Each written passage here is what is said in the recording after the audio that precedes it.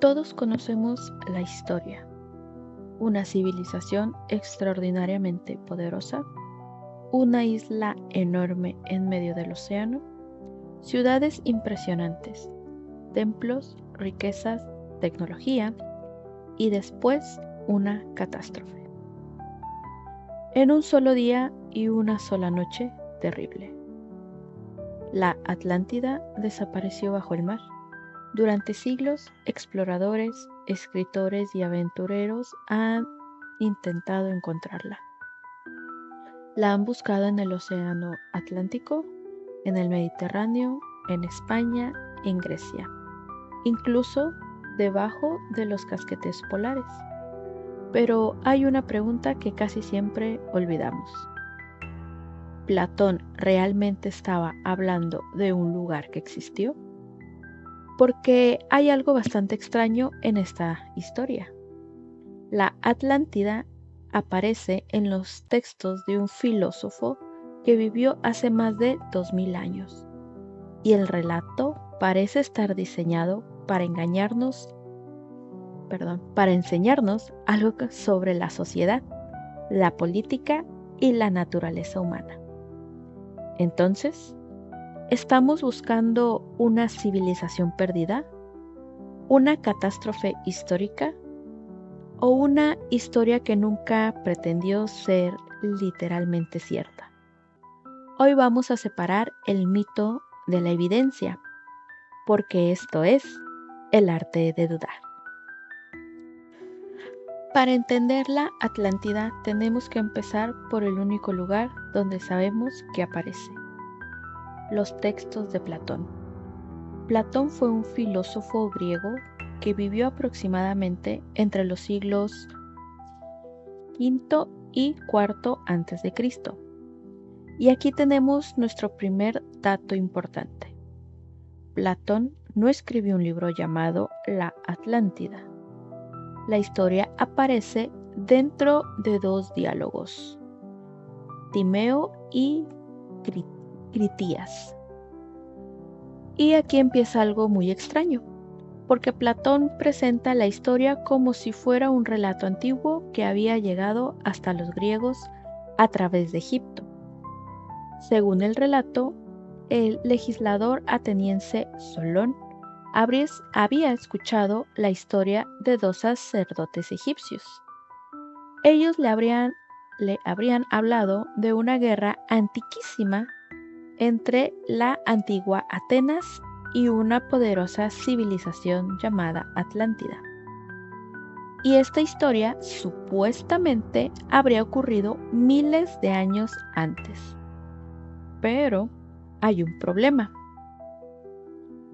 No tenemos ninguna fuente independiente que confirme que esos sacerdotes egipcios realmente transmitieron esa historia a Solón.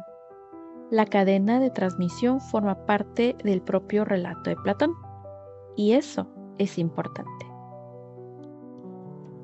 Según Platón, la Atlántida era una potencia extraordinaria. Estaba situada más allá de las llamadas columnas de Hércules, generalmente asociada con el estrecho de Gibraltar. La isla era rica y fértil. Tenía montañas, llanuras, canales, puertos, templos y una enorme ciudad organizada alrededor de anillos concéntricos de tierra y agua. La ciudad estaba conectada mediante canales y puentes. Había grandes murallas, templos dedicados a Poseidón y una sociedad poderosa capaz de dominar territorios más allá de su propia isla.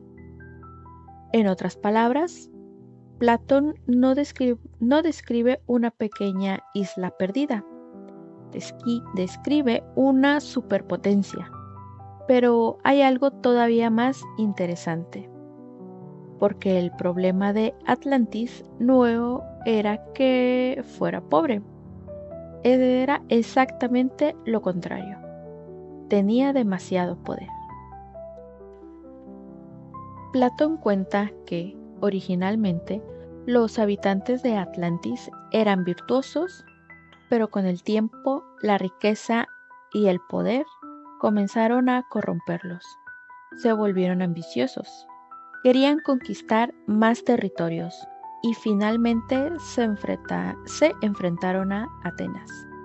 Pero la antigua Atenas de la historia de Platón no es simplemente la Atenas que conocemos en los libros de historia. Es una especie de modelo de sociedad ideal, una comunidad disciplinada, virtuosa y capaz de defenderse. Y aquí aparece una de las claves de todo el relato. Los atenienses consiguen enfrentarse a Atlantis y Atlantis cae. Según el relato, después de grandes terremotos e inundaciones, la isla desaparece. Pero, ¿notaste algo? La historia no parece estar construida únicamente para hablarnos de una isla. Parece estar hablándonos de dos sociedades. Una que representa la virtud y la otra que representa lo que ocurre cuando el poder se convierte en arrogancia. Y precisamente esta lectura ha sido muy estudiada por especialistas en Platón. Algunos interpretan el relato como una construcción filosófica destinada a mostrar cómo una sociedad virtuosa puede enfrentarse a una sociedad corrupta y poderosa. Ahora viene uno de los detalles más famosos. Los sacerdotes egipcios supuestamente le dijeron a Solón que estos acontecimientos habían ocurrido aproximadamente 9000 años antes. Y aquí tenemos que hacer una pausa, porque si tomamos literalmente esa cifra, estaríamos hablando de una época muchísimo anterior a la civilización griega conocida. Una época en la que todavía no existían ciudades como las conocemos de la Grecia clásica. Y eso hace que la historia sea todavía más extraordinaria. Pero también genera un problema. ¿Realmente debemos interpretar esa cifra literalmente? Los estudiosos han discutido durante mucho tiempo cómo entender las cronologías y la función narrativa del relato. Y existe una razón para ser cautelosos. Porque Platón está construyendo una historia dentro de un diálogo filosófico. No tenemos un documento egipcio independiente que diga, sí, Solón recibió exactamente esta historia. Tenemos a Platón diciendo que eso ocurrió y eso no es lo mismo. Ahora viene la pregunta que ha obsesionado a generaciones. ¿Dónde está Atlantis? Platón la sitúa más allá de las columnas de Hércules. Durante siglos, muchos lectores interpretaron esto como una referencia al Atlántico. Y eso dio origen a una cantidad enorme de teorías. Algunos la han situado cerca de España, otros en la isla Azores, otros en el Mediterráneo, otros han propuesto Creta, y una de las teorías más famosas nos lleva a Santorini. La isla que hoy conocemos como Santorini tiene una historia extraordinaria. En la antigüedad se conocía como Tera. Y hace aproximadamente 3600 años ocurrió allí una de las mayores erupciones volcánicas conocidas de la historia. La erupción destruyó buena parte de la isla, generó enormes cantidades de ceniza, provocó terremotos y probablemente tsunamis, y afectó profundamente a las sociedades del Mediterráneo oriental. En la isla existía además un asentamiento extraordinario, Akrotiri, una ciudad de la Edad del Bronce que quedó enterrado bajo materiales volcánicos. Cuando los arqueólogos comenzaron a estudiarla, encontraron edificios, calles, frescos y objetos que demuestran una sociedad compleja y conectada con otras partes del Mediterráneo. Y aquí es donde algunos investigadores han visto un posible paralelismo con Atlantis, una civilización marítima, una catástrofe volcánica, terremotos, tsunamis, una ciudad destruida. Todo parece encajar demasiado bien. Pero aquí es donde tenemos que frenar, porque que dos historias tengan elementos parecidos no significa que sea la misma historia. No existe evidencia arqueológica que demuestre Akrotiri igual a Atlantis.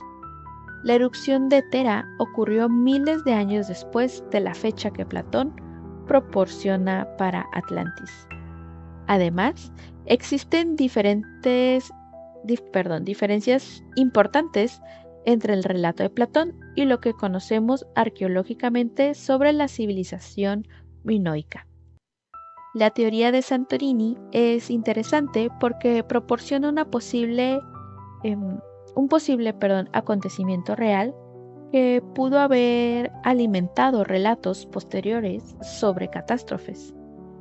Pero eso es muy diferente a decir encontramos Atlantis, ¿no? Encontramos una civilización real que sufrió una catástrofe real. La conexión con Atlantis es una interpretación y esa diferencia es exactamente lo que queremos hacer visible en este canal. Ahora llegamos a la posibilidad que quizá resulte menos emocionante, pero que puede ser la más interesante. ¿Y si Atlantis nunca existió? Algunos especialistas sostienen que el relato debe entenderse principalmente como una construcción filosófica. Y vamos con los nombres. Se me dificulta mucho. Thomas Johansen, por ejemplo, argumenta que la historia puede considerarse una especie de historia, en un sentido especial, una narración fabricada sobre el pasado para mostrar una verdad general acerca de cómo actuarían ciudadanos virtuosos frente a la adversidad. Y Catherine Morgan ha estudiado cómo la historia de Atenas y Atlantis funciona dentro de las preocupaciones políticas y filosóficas de la época de Platón. Esto cambia completamente la pregunta, porque quizá Platón nunca quiso que alguien viajara al Atlántico con un mapa buscando una isla. Quizá estaba haciendo algo mucho más filosófico. Inventar una civilización para enseñarnos cómo funcionan las civilizaciones. Una sociedad que comienza siendo poderosa, se vuelve rica, se vuelve arrogante y finalmente se destruye. Hay otro detalle que me encanta. El diálogo Critias está incompleto. Platón nunca terminó la historia. No tenemos el final que quizá habría explicado mucho más sobre el conflicto entre Atenas y Atlantis. Los especialistas han señalado principalmente el carácter inconcluso y problemático del texto. Piensa en eso. Durante más de 2000 años hemos intentado resolver un misterio, cuyo propio autor ni siquiera terminó de contar. Y aún así, construimos mapas, libros, documentales, películas, expediciones y teorías. Todo alrededor de una historia que aparece únicamente en 2 diálogos de Platón. Y una de esas obras ni siquiera llegó a terminarse. Vamos a separar hechos de posibilidades. Lo que sabemos Platón escribió sobre Atlantis. La historia aparece en Timeo y Critías. Platón descubre una civilización poderosa enfrentada a una antigua Atenas. El relato incluye una gran destrucción. La historia se presenta dentro de una cadena narrativa relacionada con Solón y Egipto. Y Critías quedó inconcluso. Lo que sabemos. No sabemos que Atlantis haya existido como una civilización histórica. No tenemos evidencia arqueológica aceptada que indique una ciudad real como Atlantis. No sabemos si Platón se inspiró en uno o varios acontecimientos históricos. No sabemos si Santorini fue una de las posibles inspiraciones. Y tampoco sabemos si la historia fue diseñada desde el principio como una ficción filosófica completa. Lo que sí sabemos es que Platón construyó una historia suficientemente poderosa como para que nosotros sigamos hablando de ella más de dos milenios después. Y aquí es donde la Atlántida se vuelve mucho más interesante, porque quizá llevemos siglos haciéndonos la pregunta equivocada. ¿Dónde está Atlantis? Pero quizá deberíamos de preguntar, ¿por qué Platón creó Atlantis? Porque si la historia es una construcción filosófica, entonces la isla no necesita existir físicamente para cumplir su propósito. Atlantis puede representar una sociedad que tiene todo: riqueza, poder, tecnología, recursos, ejército, y aún así terminar destruyéndose porque pierde aquello que la mantenía unida. Y entonces la historia deja de ser únicamente sobre una civilización perdida. Empieza a ser sobre nosotros.